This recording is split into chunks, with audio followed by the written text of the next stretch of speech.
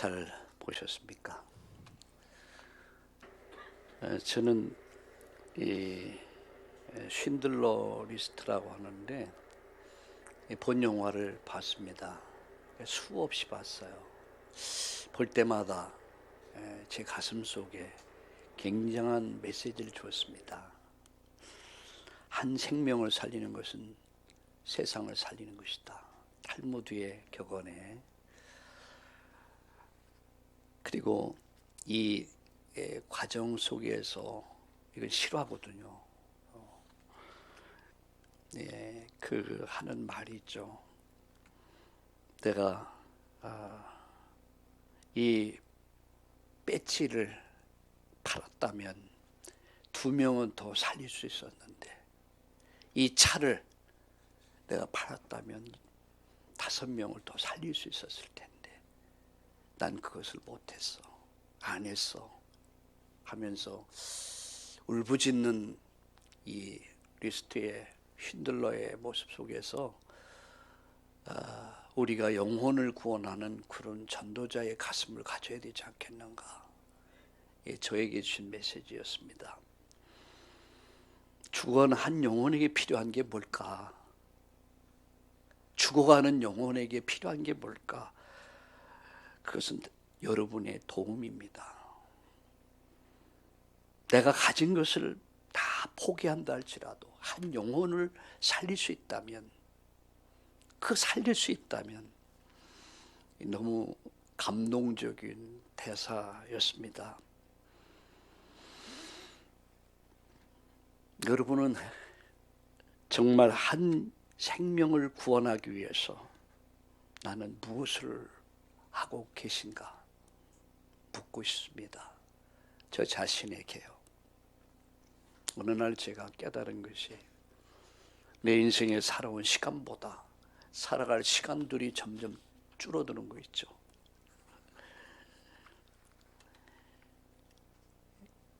내가 살아남은 시간들 속에서 나는 무엇을 해야 할 것이냐, 내 스스로의 사명을 자각하면서 이제는 내가 어떤 일보다도 교회와 우리 성도님들과 함께 제자 세우고 영혼 살리는 일을 위해서 내가 살아야겠다 라는 마음을 갖게 됐습니다. 남은 자, 그리고 남을 자, 남길 자로서 그 세워진 교회가 안디옥 교회입니다. 여러분, 이 교회는 오직 하나였습니다. 예루살렘으로부터 시작된 핍박에, 환난을 인해서 흩어진 사람들, 이유는 하나입니다. 복음 때문입니다. 예수 그리스도의 생명의 복음 때문에 그들은 목숨 걸고 복음을 전합니다. 환난을 인해서 흩어진 사람들이 모여서 세워진 교회가 안디옥 교회입니다. 여러분, 이 교회가 세계 역사를 바꿨잖아요. 이 교회에서 그들이 한 것은 하나입니다. 오직 성령의 인도받기 위해서 기도합니다. 그리고 그들이 한 게 뭡니까? 성령이 불러 시키는 일을 위해서, 바로 가는 선교사, 보내는 선교사의 축복을 받게 되죠. 그리고 오늘까지 안디옥 교회는 사도행전적 교회요, 세계 역사를 바꾼 기념비적이고 대표적인 교회가 됐습니다. 이 교회는 건물도 없었습니다. 땅도 없었습니다. 근데 이들은 세계 역사의 흐름을 바꿔버렸습니다. 오직 하나, 예수 그리스도의 복음. 그들이 그것 때문에 다 하나가 됐어요. 그리고 성령이 불러 시키는 일을 위해서 이 전도와 선교의 생을 걸었습니다. 이를 위해서 그들이 한 게 뭡니까? 기도한 겁니다. 그리고 그들은 3가지의 축복을 받게 됩니다. 그 첫 번째가 선교의 기쁨입니다. 선교의 기쁨은 하나님의 기쁨입니다. 여러분, 요한복음 3장 16절에 하나님이 세상을 이처럼 사랑하사 독생자를 주셨는 이는 멸망치 않고 영생을 얻게 하려 합니다. 멸망할 세상이, 영혼들이 멸망하지 않도록 하나님은 우리에게 독생자를 주셨습니다. 누가복음 15장에 보면 잃은 양 비유, 잃은 드라크마의 비유, 잃은 아들, 탕자의 비유가 나오죠. 근데 거기 반복되는 단어가 뭐냐? 잃어버렸다는 거예요. 양도 잃어버렸고 드라크마도 잃어버렸고 아들도 잃어버렸고, 두 번째 등장하는 단어가 뭡니까? 부지런히 찾는다는 거예요. 양도 찾고 드라크마도 찾고 잃어버린 길 나간 자식을 찾는 어버이의 그 마음, 그리고 찾습니다. 기뻐서 즐거워하며 잔치합니다. 저는 이번에 세계 선교대회를 보면서 나는 우리 교회는 어떻게 응답을 받을 것이냐, 우리가 함께 이 축복을 나누자. 근데 선교대회라는 것은 좀 약간 그래요. 그래서 우리 선교 축제하자, 잔치하자, 그 말이거든요. 기뻐서, 너무너무 기뻐서 즐거워서 잃어버린 양을 찾아서 드라쿠마를 찾고 잃어버렸던 그 아들을 찾아가지고 너무너무 기뻐서 즐거워하고 행복해하는, 그게 하나님의 기쁨입니다. 선교는 하나님의 기쁨입니다. 두 번째, 여러분, 그것은 바로 인류의 기쁨입니다. 누가복음 2장 10절에 보니까 온 세상에 미칠 가장 큰 기쁨의 좋은 소식, 세상의 소식, 좋은 소식, 나쁜 소식 많지만 진짜 온 백성에게 미칠, 온 백성이 살 수 있는 희망이 열린 거예요. 복음 들으면, 예수 믿으면 구원받는다. 종교는 행위를 요구합니다. 그러나 복음은 하나님의 의 되신 예수 그리스도를 믿음으로 말미암아 구원받는 아주 단순하고 아주 간단하면서 진지한 이 복음, 이 복음의 말씀을 믿을 때에 산다. 죽어도 산다. 영생을 얻게 된다.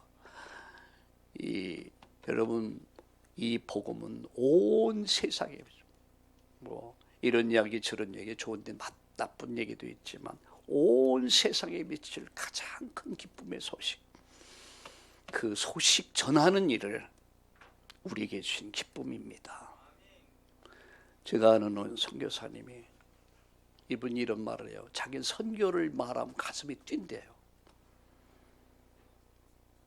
그 말은 전도를 말하면 가슴이 뛴다는 얘기거든요. 근데 이분 홍콩에서 30년 가까이 선교사의 삶을 살았는데, 이분이 안신령 맞이해서 한국에 들어왔어요. 그래서 함께 식사를 하는데 이분이 이런 말을 하더라고요. 자기는 1년을 안식년을 맞았는데 한 5개월인가 6개월 됐을 때 자기 다시 가야 됐대. 마음이 편치 않대. 나는 그 홍콩의 밤거리를 걸으면서 그렇게 울었다고 그러더라고요. 그래서 내가 왜 울었는데요? 물었더니 그들의 영혼을 생각해 보면 너무 안타까워서 그렇게 울었다고 그러더라고요. 자기 이렇게 편하게 있을 시간이 없다는 거예요. 자기는 가야 된대. 그래서 다음 주 정도로 여기서 한국 생활 정리하고 다시 들어갈 것이다. 저는 이분을 보면서 당신은 정말 선교사입니다. 하나님이 참 기뻐하시겠구나. 이분에겐 뭐가 있었습니까? 하나님의 기쁨이 있었어요. 온 인류에게 미칠 가장 좋은 기쁨의 소식, 이 소식 전에서 천하 만민을 살릴 그 미션을 오늘 저와 여러분에게, 우리에게 주셨음을 믿으시기를 예수님의 이름으로 축원합니다. 선교의 기쁨. 저는 어제 저녁에 잠이 잘 안 오더라고요. 여러 가지 생각을 좀, 저희 집사람 잠들고 저 혼자 목양실에서 서재에서 말씀 묵상하면서 받을 은혜를 또 나눌 생각하면서 가슴이 정말 뛰더라고요. 잠이 안 오더라고요. 또 새벽에도 또 일찍 일어나게 되더라고요. 하나님의 은혜로 내가 남을 자로서 이제 남길 자로서 또 제자 삼는 제자 속에 내가 있다는 생각해 보니까 가슴이 이렇게 벅차더라고요. 오늘 우리가 동영상을 봤습니다. 한 영혼을 살리는 것은 세계를 살리는 것이다. 저는 이 간단한 단어 속에서 정말 내가 받을 응답이 뭔가, 우리가 받을 응답이 뭘까 생각해 봤습니다. 여러분, 두 번째 말씀드립니다. 선교의 축복입니다. 여러분, 선교가 뭔지 아세요? 내가 사는 길입니다. 선교를 생각만 해도 내 마음이 뛸 수 있어야 된다고 생각합니다. 내가 사는 길이에요. 그게 선교입니다. 여러분, 선교는 마태복음 6장 33절에 먼저 그의 나라와 그의 의를 구하라. 그리하면 이 모든 것을 너에게 더해 줄 것이다. 그게 내가 사는 길이에요. 그게 선교입니다. 나가서 내가 사는 길을, 저는 얼마 전에 양화진에 선교사들이 묻혀있는 선교사 묘역 무덤을 갔었습니다. 그곳에는 413명의 우리 선교사님들이 묻혀 있어요. 그들은 그 나라에서, 영국에서, 미국에서 다 엘리트들이었어요. 그들은 편안하게, 정말 인생을 편안하게 여유 있게 즐길 수 있는 사람들이었습니다. 그런데 그들은 그걸 원하지 않았습니다.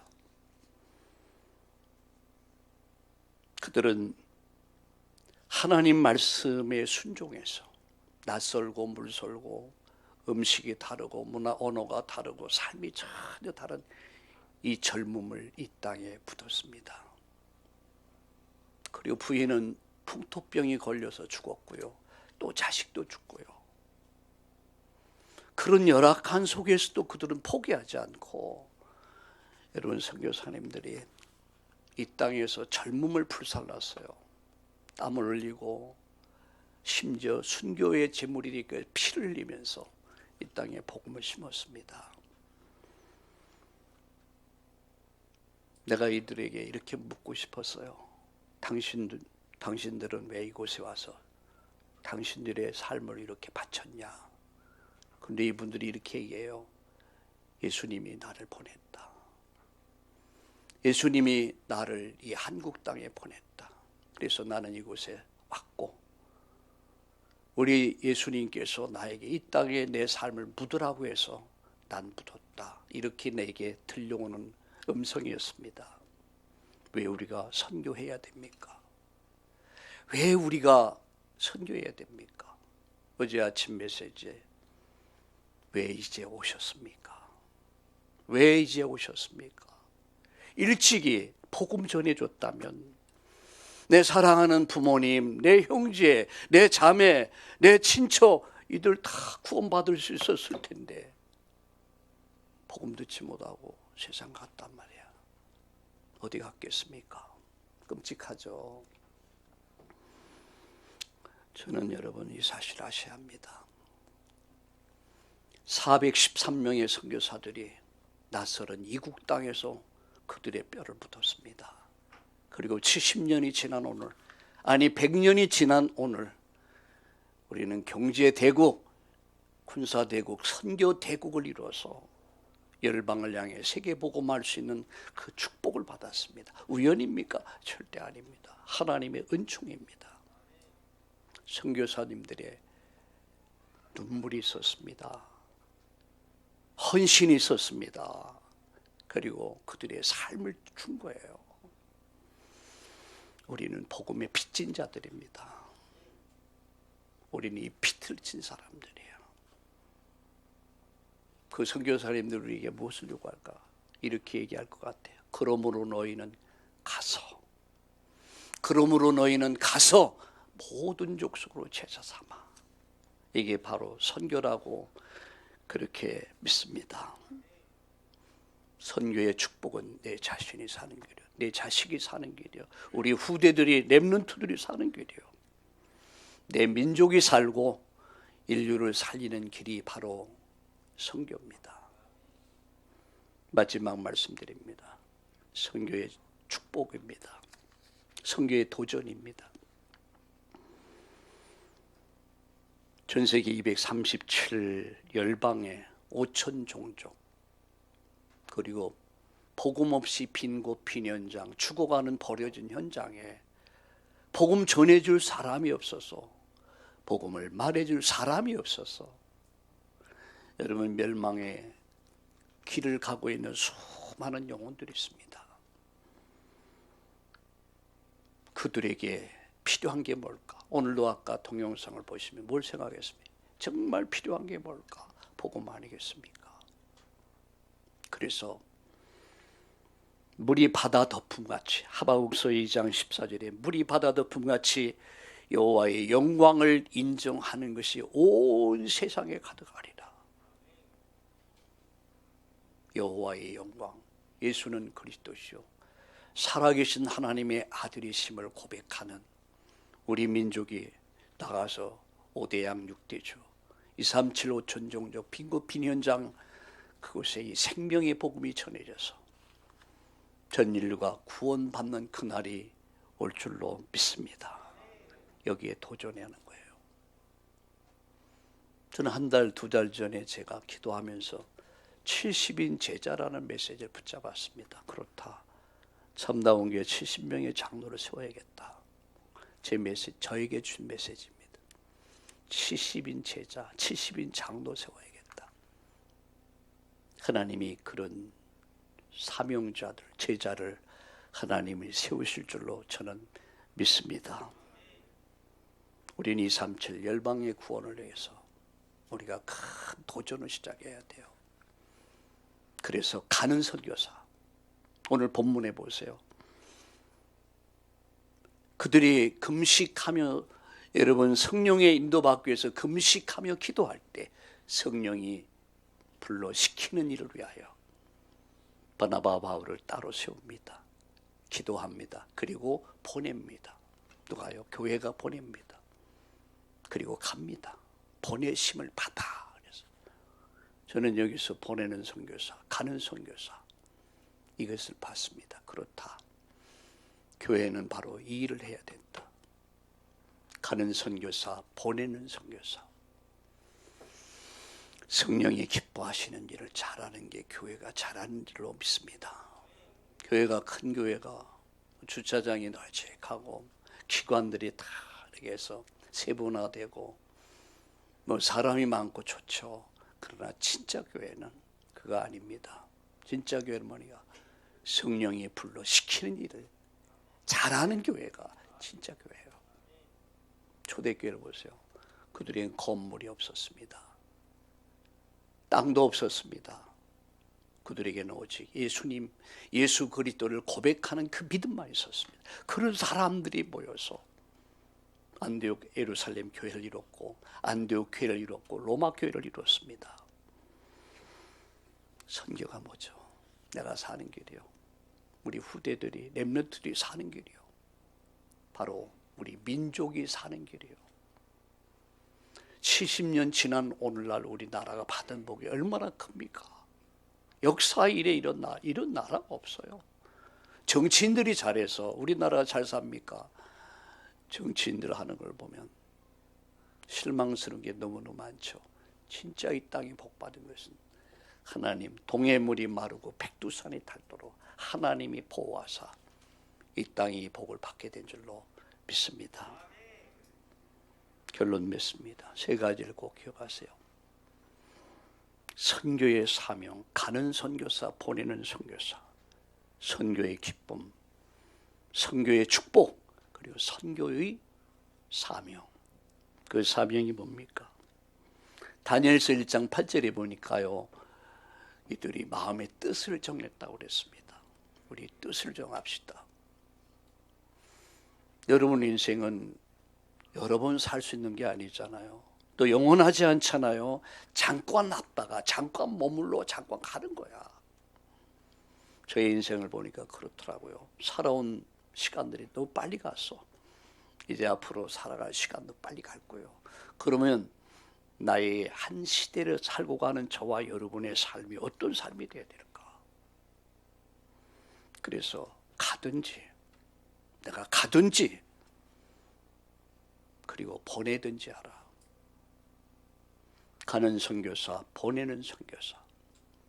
이게 오늘 저와 여러분의 미션이요 사명인 줄로 믿습니다.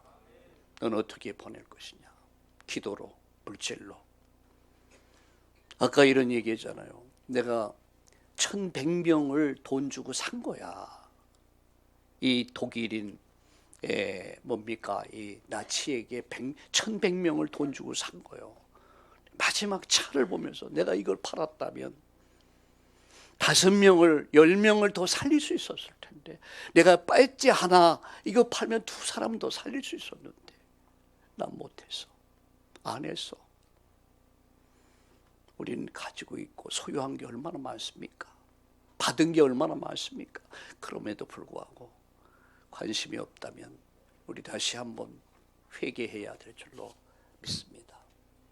하나님 나에게 준 짧은 생애 속에서 가는 선교사로 살아야 되지 않겠습니까? 보내는 선교사로 살아야 되지 않겠습니까?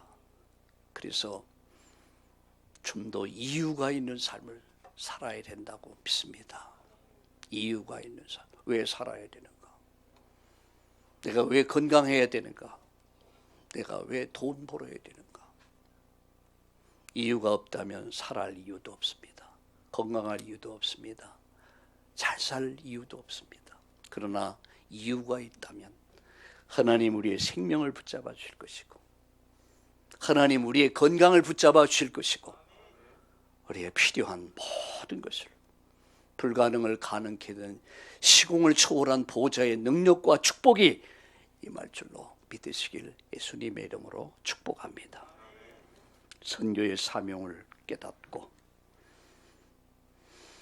오직 복음을 가진 사람들이 모여서 성령의 인도받기 위해서 기도하며 성령이 불러시키는 일을 위해서 이제 교회가 보냈고, 또 바울과 바나바가 보냄을 받아 현장을 살리기 위해서, 이방을 살리기 위해서 저들이 선교사로 헌신했듯이 우리 참다운 교회가 정말로 이 시대의 사도행전적 교회요, 안디옥 교회요, 교회다운 교회가 될 수 있도록 우리 하나님 복을 내려 주옵소서.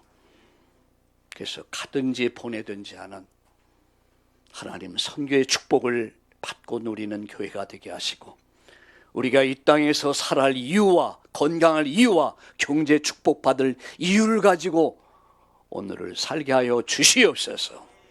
여기 함께한 우리 성도님들 한 분 한 분을 축복하시고 남은 자로, 남을 자로, 남길 자로 살게 하여 주시옵소서. 로마서 16장의 축복이 그대로 임하게 하여 주시옵소서. 예수님의 이름으로 감사하며 축복하며 기도드립니다. 아멘.